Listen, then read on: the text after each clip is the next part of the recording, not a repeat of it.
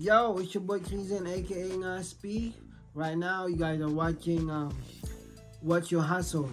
So, itong episode na to, meron tayong guest na napaka-special sa akin. Isa siya sa mga dahilan why I got into the music scene. Lalo na sa grupo na sa Damuang Records. So, this guy is, pwede ko sabihin na from music, and then now he's more focused on his hustle. So yun ang ating tatalakayin sa episode na to. So I can't wait to introduce you to this guy.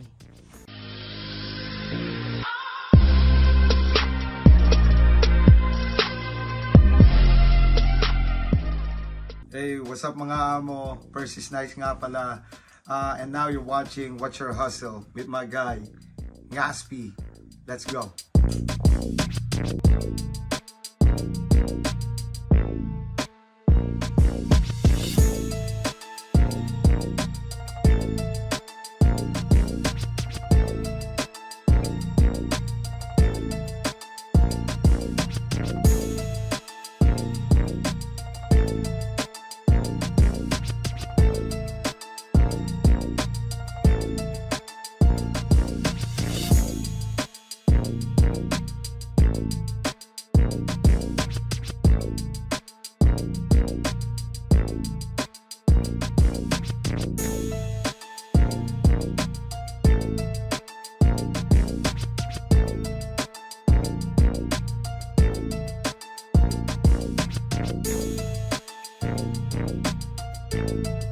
This guy, we used to call him the Finisher nung back in the day nung mga music rap scene namin noon. So now we call him the Percy Snipes. So Paps, welcome sa Kamusta mga amo? Kamusta nga pala dyan? Percy Snipe. Yeah, kasama ko ngayon syempre ang aking kaibigan na si Krisen, aka Ngaspi, Hustle and Provide. Let's go. So P, kamusta naman? How's life? Ito, ganun pa rin na medyo iba na yung galawan ngayon. Alam mo na, syempre, yung mga anak natin, yung family natin, medyo nagkakaroon na rin tayo ng expansion sa buhay. So, mas focus ako ngayon sa ginagawa ko ngayon. Which is, you know, yung pag-uusapan natin. So, gusto ko sanang tanong sa'yo, my first question is, paano ka from music scene, paano ka nag-transition sa hustle na to? Syempre, nung nag-start ako sa music, which is I love until now. Kasi dati, like what I said, you know, wala tayong masyadong responsibility. Kumbaga, nakapokus lang talaga ako dun sa I wouldn't say na hobby, pero yun talaga yung gusto kong gawin. So, from that, nakilala ko yung mga iba pang mga grupo dito, yung mga ibang artists, which is ikaw, nakasama rin kita, like yung mga ibang tropa dito. So, yeah, I did that for years. Pero, you know, like what I said ngayon, parang nagkaroon na tayo ng malaking responsibilidad. So, I had to do something kasi nga, which is, gusto ko siyang gawin, pero at the same time, parang ang nangyayari is just more of like a hobby. Pero hindi ganun ang tingin ko. Kumbaga, I'm having fun doing it. And I'm really dedicated on, you know, what I do when I used to do music. Pero ngayon, syempre, itong ginagawa ko ngayon, nag-enjoy rin ako, pero at the same time, kumikita ako. Which is yung, pwede ko sabihin na mga pagbebenta ng mga vintage? Yeah, vintage, buy and sell, anything actually. Pero mas more focus ako ngayon talaga sa vintage talaga, which is yun yung parang komunidad na tinataguyod namin ngayon.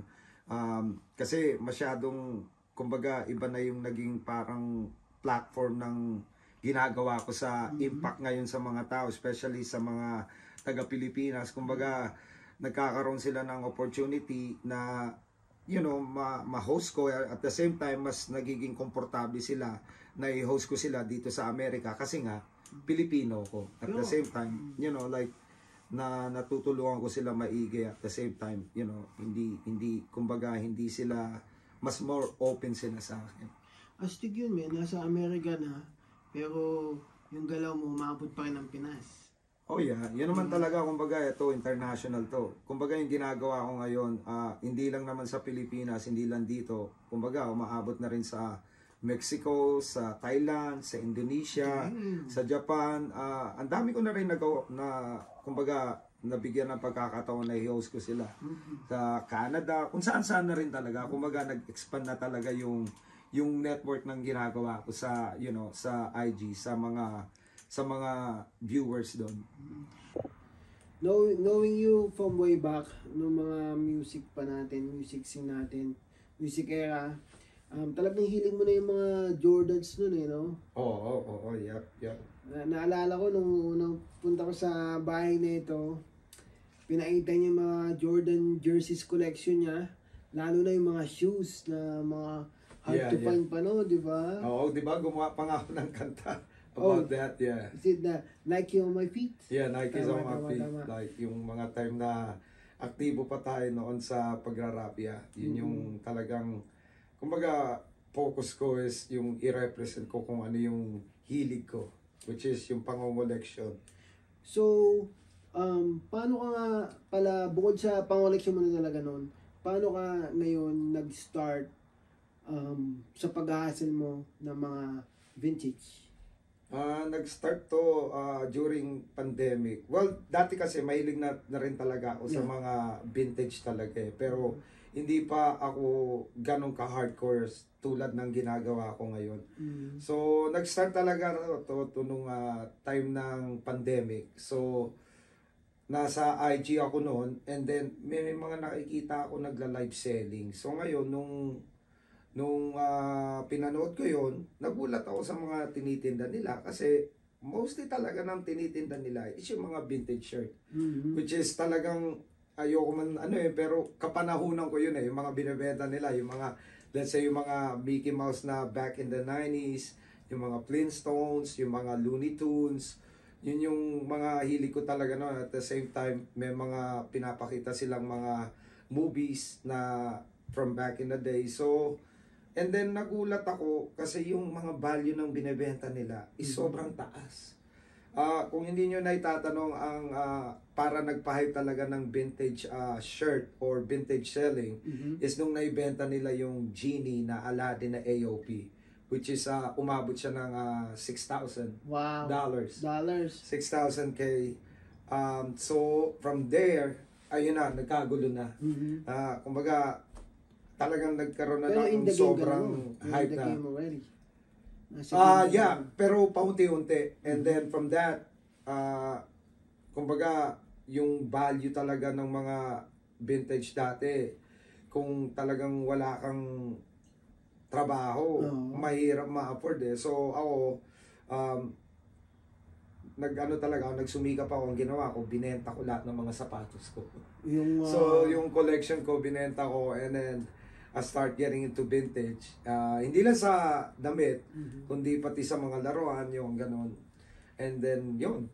Kung di nyo na itatanong, isa ito sa mga close friends ko na pagdating sa collection ng Jordans, kompleto to.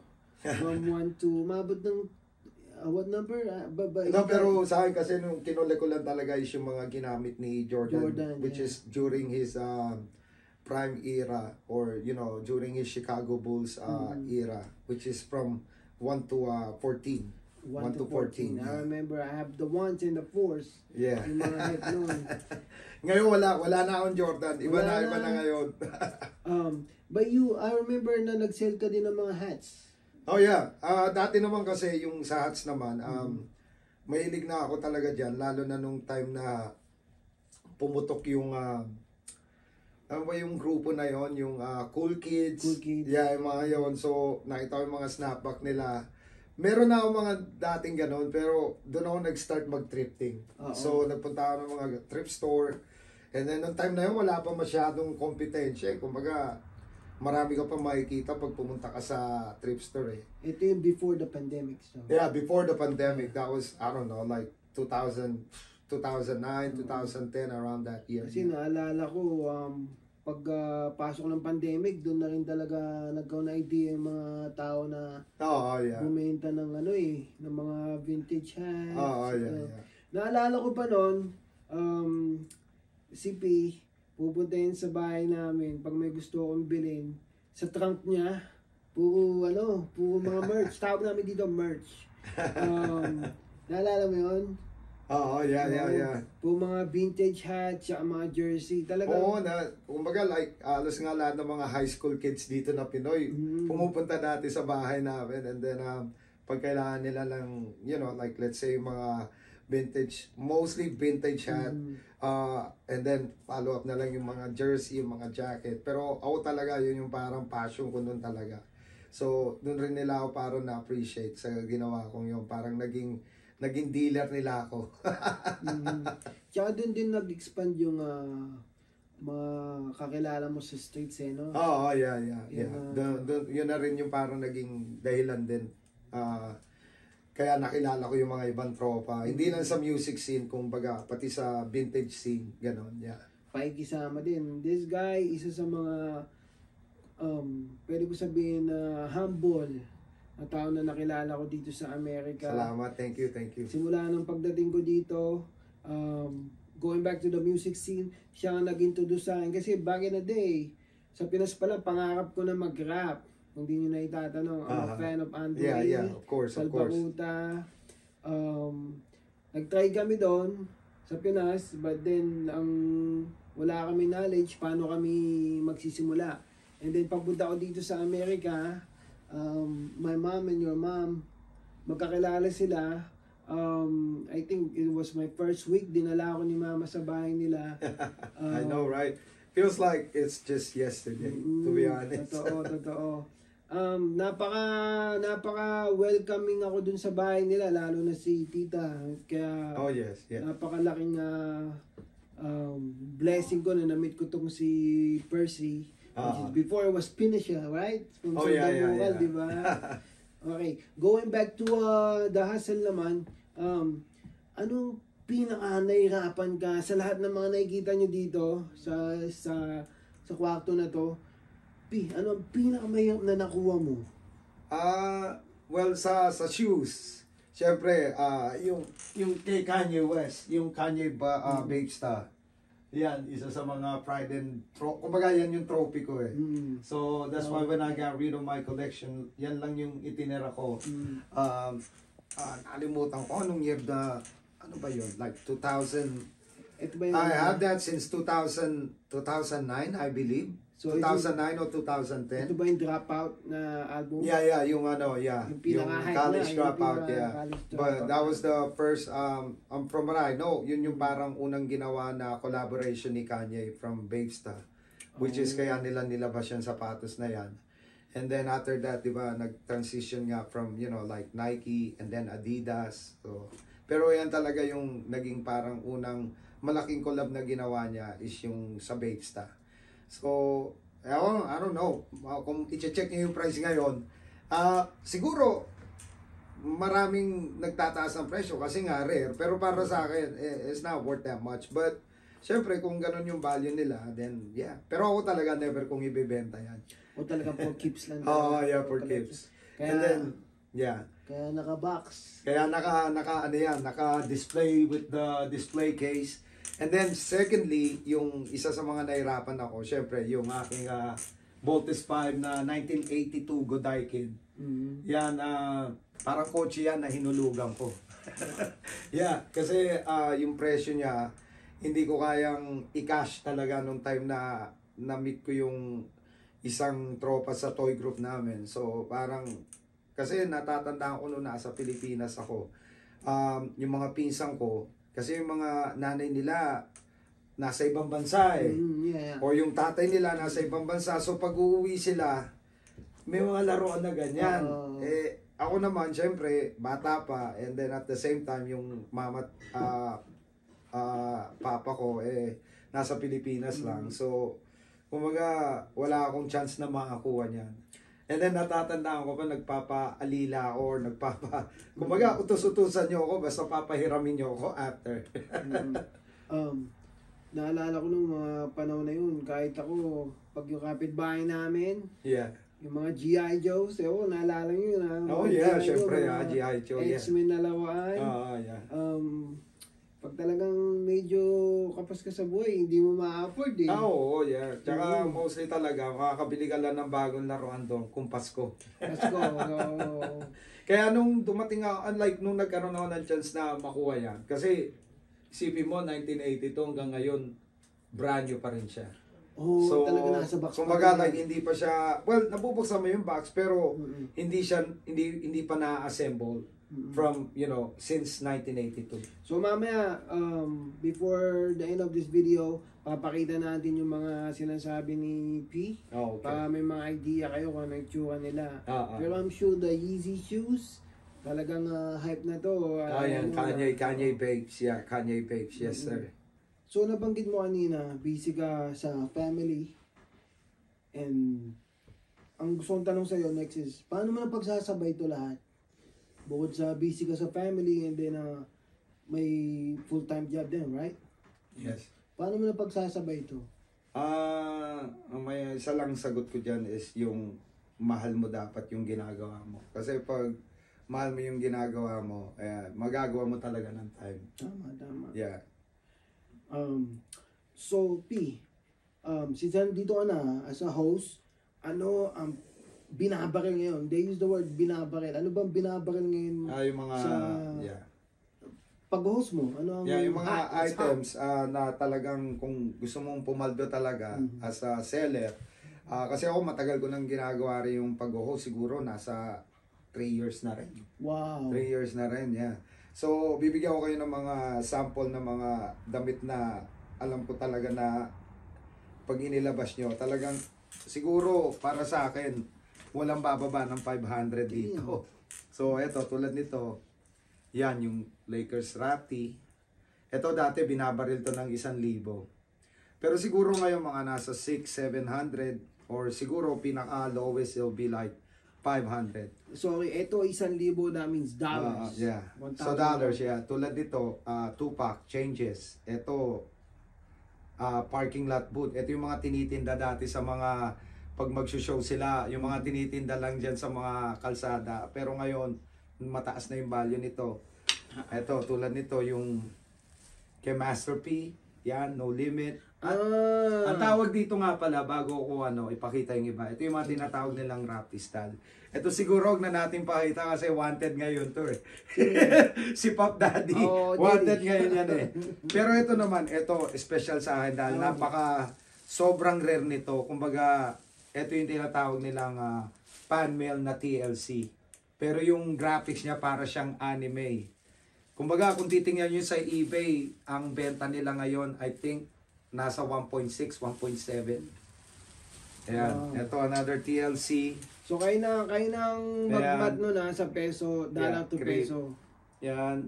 Ito, matibay ito. Dati, umaabot ng mga 2.5 to 3K yan. And P, how old are they? These are all 90s. 90s yan. Tulad nito, another TLC. Iba yung ano niya, yung paint niya. Ito, kilala niya naman Buo si, pa rin. Mary J. Blige. Ito, may 1995. Ayan. Ayan, Salt and Pepper. Ayan. Ito, matibay rin to. Hindi ko alam kung ilang tao lang meron nito. Pero sa pagkakaalam ko, ako pala ang nakikita kong meron nito. Yung Mariah Carey na Rapti style. Ito, ang dami nag-o-offer sa akin ito. Pero ang asking ko talaga dito is 2K. Wow, $2,000 $2,000. Ito naman, ito ang pinamahal kong binibenta ngayon. Ito binibenta ko ng 2.5. 2.5. Junior Mafia. Ito yung grupo ni na Lil Kim. Yeah, Lil Kim. Kabigi, yan. Ito ang asking ko dito. Get 2.5. money. Yeah. Sabi niya, get money. Yan. And then ito. Siyempre, Public Enemy. P, alam ko, sorry alam ko isa ka dun sa mga, naalala ko mayroon na balita sa TV Patrol ba na isa sa mga pinakamay mahal na vintage sa damit? Hindi naman, yung, hindi, yun yung kay, yun yung kay Jessica Soho. Oo, Remember, may na-feature na may naukay na damit na hindi niya alam na ganun pala kataas yung value ng damit na yun. So, yun. Meron ka nun. Pero naibenta ko na kasi that was a couple years ago. Tsaka kumbaga, ito, investment mo yan eh. Investment mo yan. So, kung sakaling kailangan mo ng pera, quick cash, ito ang aking investment, ito ang aking insurance. So, ito yung talagang tinatawag ko na hustle talaga. Ito yung hustle natin. How long do you have those sa closet mo? Ito, Yeah. hindi ganun katagal. Kasi ako, pag alam ko na mainit na siya, ile-let go ko na siya. Alam kong if may potential na talagang may bayar ako na talagang magdadrop ng serious dollars, then I'll let it go. Siyempre, ano pang point na binili mo yan kung i-hold mo lang, di ba? Hindi mo, kung may opportunity ka ng makuha yung pera ng ganon, then let it go. Huwag mo nang patagalin pa kasi you never know. Mamaya bumaba yung value niya. So, yeah. Kahit, believe din ako sa'yo, kasi kahit na busy ka, talagang sa flea market, I don't know, sa Pinas kung alam niyo yung flea market, pero Yung mga pop-up events, yung mga ganon. Yeah. Si P, he's one of the active na vendors. Well, dati. Ngayon hindi na kasi nga I'm enjoying yung hosting which is yun talaga, yun, everyday ko ginagawa. Yung pop-up kasi is like what? Like once in a month, twice in a month. And then, ang mahirap kasi ngayon sa pop-up, hindi talagang, based on my experience, talagang susugal ka. Wala kang kasiguraduhan doon na kikita ka talaga kasi marami kayo doon eh. Marami kayong vendors. Pati bayan na lang talaga ng tinitinda, pamuran, gano'n. So ako, ginawa ko yon. Nag-enjoy naman ako, pero nga mas nag-enjoy ako sa ginagawa ko na nagbebenta lang ako sa IG as a, you know, as a seller, live host, live selling, and then yung hosting. Okay. Yeah. So P, before we close this out, tanong ko lang, ano ang ma-advise mo sa mga, since you've been in the game for a while now, ano ma-advise mo na magandang barilin o like ibenta? Yung mga pinakita ko sa inyo, and then ang pinaka magiging weapon nyo dyan is yung how you treat your yung customer. And then yung kumbaga like you have to be real sa ginagawa nyo. Wag lang yung tipong, you know, like kukuhanin nyo lang just to make money. Kumbaga you have to build a relationship. Talaga kuhanin mo yung tiwala nila, and then yung pakikitungo mo sa mga, you know, sa mga nag-uumpisa pa lang. Syempre kailangan tulungan mo sila, i-guide mo sila. Kasi marami talagang nangyayari ngayon na, you know, maraming nag-i-scam, maraming nagbebenta ng peke. So, huwag kang gumaya sa ganun. Kasi talagang wala kang mararating. Ako kasi, since 2019, eto na yung ginagawa ko. Awa ng Diyos naman hanggang ngayon talaga. Malay pa rin ang tiwala sa akin ng community. Parang stay true to the game. Oh yeah, you have to stay true talaga. The streets will know. Di ba? Sabi nga na sa mga lyrics sa kanta, ang kalye, malalaman nila ang totoo, di ba? Ano ba yun? Yung plastic, lubog mo sa tubig, lulutang talaga. So, I like be that. true though, be true. Anyway, P, since ang ating title is, excuse me, What's Your Hustle? So, tanong ko sa'yo next is, for you, ano ang ibig sabihin ng hustle and provide? Hustle and provide is, para sa akin, is the way you live your life. Yung ginagawa mo talaga para sa sarili mo at sa pamilya mo. Para sa akin kasi, yun ang meaning sa akin is sa sarili ko at sa pamilya ko. Sa pamilya mo. Yun eh. You have to hustle in order to provide to your family. Yeah. Yan ang, and additional to that, kaya rin may hustle and provide na totoo yun ay ang inspiration ko is for family. And para sa sarili ko, mag-hustle ako para provide for my family, sa mga bills, and for my hobbies. Tsaka sa community na rin. Siyempre, importante is the community, you know. Kumbaga, doon mo talaga ma-establish yung ginagawa mo, mag-expand ka. Kumbaga, just like what you said, yung stay true to the game. Stay true to the game. Yes, sir. And P, paano ka nila, what's next sa'yo? Oh, nako. Yun nga. So, kung hindi nyo pa na-add sa IG or napapollow, add tuloy ako eh. Follow sa IG, Percy Snipes _ Snake P. And then, pero sa Facebook, you can add me on Facebook to makikita nyo yung aking IG doon, which is Percival Bustamante. And then, ang galawan ko talaga ngayon is mostly sa IG. So, nag-host ako from Monday to Friday, starting 7 p.m. ng gabi hanggang alas 9 to 10 p.m. So, wow, awesome talaga, no? Oo, yeah. Sa bagay, minsan patulog na ako. Ito, naka-live pa rin talaga siya eh. Kailangan niya. Yun talaga yung kumbaga. Respect. I enjoy what I do. So, kumbaga, hindi ko napapansin yung pagod. Hindi ko napapansin yung oras eh. You know, like what I said, dito sa Amerika, you gotta work. You gotta have a full-time job. And then, yun doon mo ipapasok yung side hustle mo. Additional to that, sa mga nanonood sa Pinas, dito kasi sa Amerika, it's not bad to have a full-time job. Kasi syempre at the same time, iba pa rin yung may income ka na dire-diretso. Yeah. Kailangan mo yun, yeah. Especially, lalo na ngayon, di ba, may family ka na. So, you have to have a stable income. Income.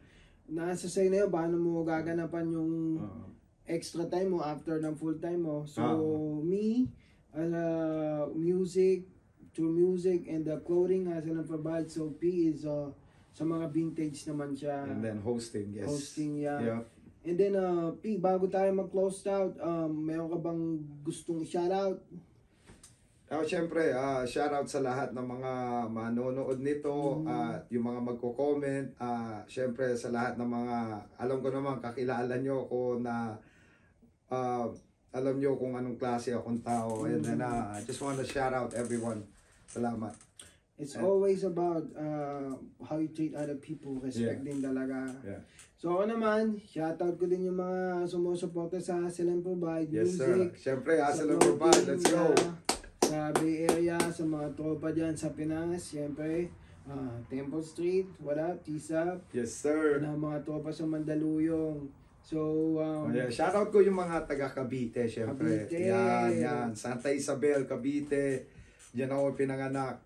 So, kung yung tatanong, Cavite Cali, right? Yeah. Yung pangalan ng grupo namin dati, Cavite Cali, yeah. And syempre, Sandamural. Yes, sir. Maraming salamat and shoutout sa inyo sa mga nandyan pa rin na natili. Kahit di na active, but still their support. Dito pa rin. Suporta pa rin. Yeah. Sabi ko hindi mawawala yun. Kumbaga, nasa dugo na namin yan eh. Yeah, group becomes family though. Yeah. So, maraming salamat. And this is Hustle, What's Your Hustle? Episode 3. Abangan nyo ang the next episode. Yes, salamat po. Abangan nyo.